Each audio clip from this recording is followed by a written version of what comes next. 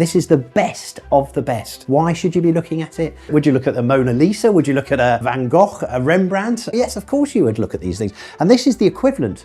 Here we have a pair of candelabra made in the period of George III, made in London in 1816 by the famous goldsmith Paul Storr. There isn't a royal family throughout Europe that doesn't have silver by Paul Storr, and it graces the best collections in the world. The Regency period saw a growth that the nouveau riche suddenly were coming to the market.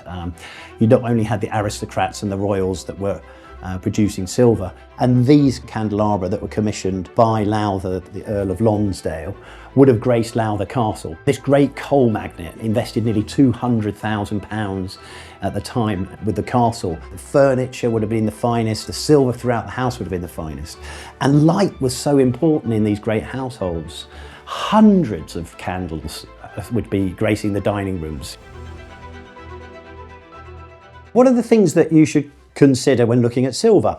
Well, there are a number of factors, I would say. Your eye doesn't lie. I mean, that's the beautiful thing about the decorative arts in general. When you're looking at something, is it beautiful? Yes, it is beautiful. You can see it. Condition is one of the most important features. It's a soft, precious metal that can be worn and rubbed over many hundreds of years. When you look at the engraving, you know, how is that? That's one of the first parts, that when you're running a rag over the top of it, that you might get wear, and they're in absolutely perfect condition. The hallmarks are pretty straightforward on most pieces of English silver. Just on the base here, you'll see a complete set of hallmarks, which will incorporate the maker's mark Paul Storr.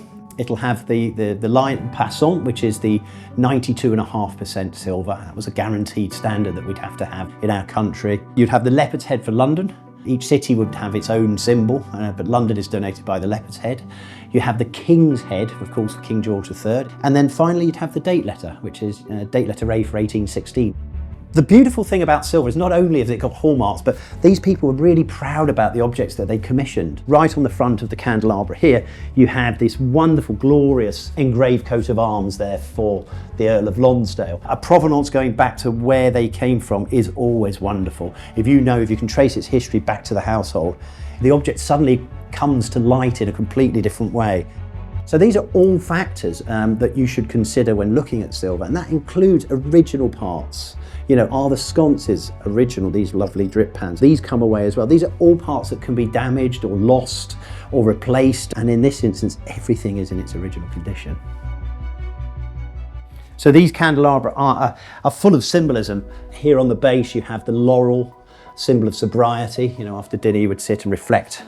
And then lovely features like these pearls. This is Venus incorporated here. So this is the goddess of love, her shell and pearl when she comes out of the ocean.